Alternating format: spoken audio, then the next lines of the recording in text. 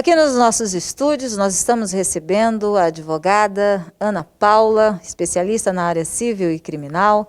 Estamos vivendo nessa época de pandemia, né? Muita gente, milhares de brasileiros desempregados, não só em Caldas Novas, passando dificuldades. Além do desemprego também, tem a redução salarial. Mas a gente sabe que o desempregado ou com redução salarial, passando essas dificuldades, as dívidas elas não param. E algo que tem realmente afligido, né, o brasileiro é as dívidas em relação às dívidas bancárias. Sobre isso que nós vamos falar, porque essas dívidas elas têm amedrontado. Já não basta o Covid-19, né, doutora?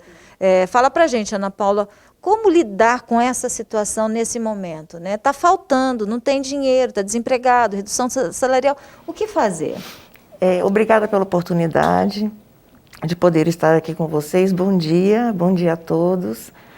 A questão bancária com relação aos financiamentos, aos empréstimos pessoais que foram feitos antes do início da pandemia, em março o governo soltou um decreto dizendo que iria suspender prestações de financiamento de casa, financiamento de carro, né?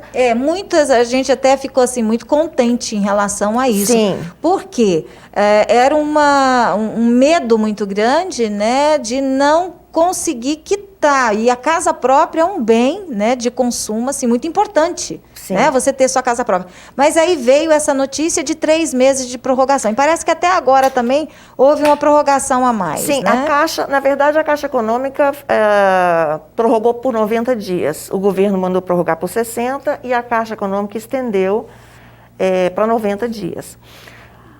Os outros bancos, porque aqui eu quero trazer para vocês não somente o financiamento habitacional, né? Outros tipos de empréstimo para pessoa física, né? Feito com os bancos.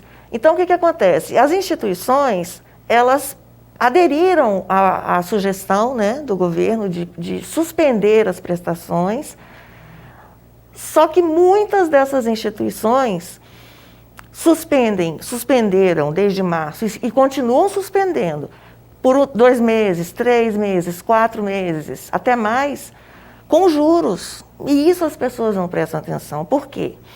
Muitas vezes, o devedor liga para o gerente pedindo para suspender porque não vai dar conta de pagar nos próximos 3 meses, por exemplo. Aí o gerente, sim, pois não, está suspenso. Só que ele embute uns juros aí. E, por exemplo, uma pessoa que tinha 1 ano de prestação,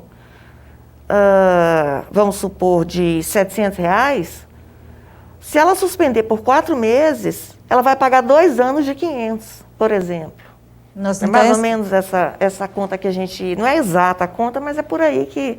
Então, são juros compostos, juros sobre juros, e a lei não permite isso. Né? E os bancos têm feito isso constantemente, como nós não estamos lendo os contratos, porque eles são feitos muitas vezes por telefone por causa do Covid. Uhum. Né? E quando nós tentamos entrar no site para ler o contrato, o site não abre. Quer dizer, já é uma manobra do banco para que as pessoas... Para não ficar às claras, né? Como é um contrato de adesão, você vai aderir àquela proposta que o banco fez. Entendi. Né? E o que fazer, doutora? Porque assim, a gente sabe que foi, como eu disse na introdução, foi um alívio eles saberem, eu não tenho dinheiro, foi prorrogado, daqui, né, começa a pagar daqui 90 dias. Mas o que fazer, então, diante dessa situação? Porque as instituições financeiras, elas não tinham que ter um olhar diferenciado, já que a gente está vivendo um momento atípico de pandemia? Sim, essa foi a intenção do Banco Central, que as instituições financeiras tivessem um olhar diferenciado e ajudasse a população, né, do país diante da pandemia. Então, o que ocorre? É o que fazer, né? O artigo 393 do Código Civil, ele fala que o devedor ele não pode responder por caso fortuito ou força maior, que é o que aconteceu. Uma pandemia é um caso fortuito ou força maior, isso, uma tragédia. Uma tragédia, né? Que ninguém pode, o devedor não pode ser culpado e nem pode arcar com as consequências dessa pandemia. Né? Então, esse artigo auxilia no caso de um devedor querer rever esse contrato judicialmente, né? E nós temos também o Código de Defesa do Consumidor, né? Que não permite juros compostos, que não permite juros sobre juros, que não permite taxas abusivas. Porque esses bancos dizem para o devedor, não vai haver multa, vamos renegociar. Não vai haver multa, mas vai haver juros, vai haver taxa. Ah, entendi. Vai haver... Então, na hora de ver essa dívida, ele tem que estar bem atento, né? Porque o ideal seria que os bancos suspendessem as prestações sem cobrar juros e retomassem as prestações depois. É lógico, o banco ia ter um prejuízo, sim, sem dúvida, mas e o prejuízo que o brasileiro está tendo muito grande, com essa pandemia? Muito grande. Quantas pessoas desempregadas, quantas pessoas com salário reduzido, né?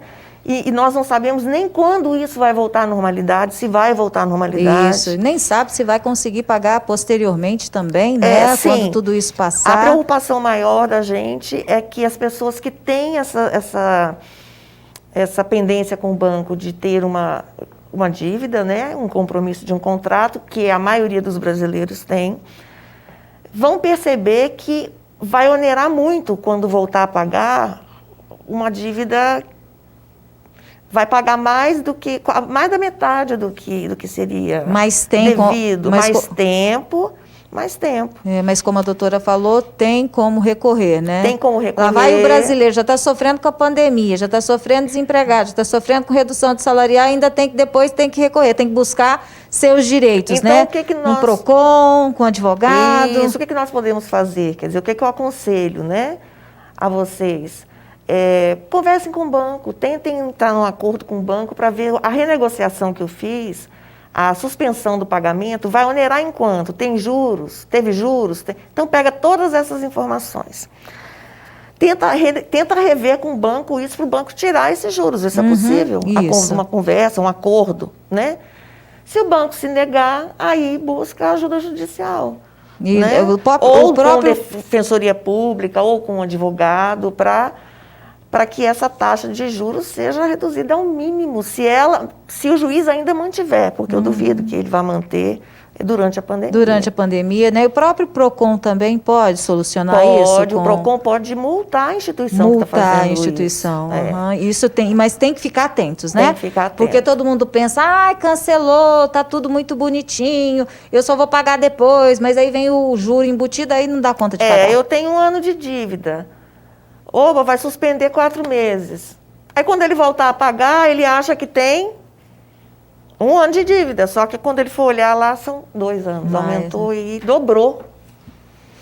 Doutora, muito obrigada, Ana Paula, por ter, esclarecido. Eu tenho certeza, que esse é um assunto realmente que está tirando o sono de muita gente. E muito obrigada que, se você tiver algum assunto, relacionado, as questões financeiras, esses momentos, quer esclarecer algum assunto, liga para a gente também, 34530077, liga para a gente, faça a sua pergunta, que a gente retorna com a Ana Paula para esclarecer você e tirar a sua dúvida, ok? Muito obrigada mais uma vez. Obrigada, e qualquer dúvida que vocês tiverem com relação ao contrato, antes de fechar o contrato, procure um profissional que leia o contrato, explicando as cláusulas para vocês desses contratos, porque é hábito dessas instituições, da maioria delas, colocarem cláusulas que não são compatíveis com o direito, não são compatíveis com a lei.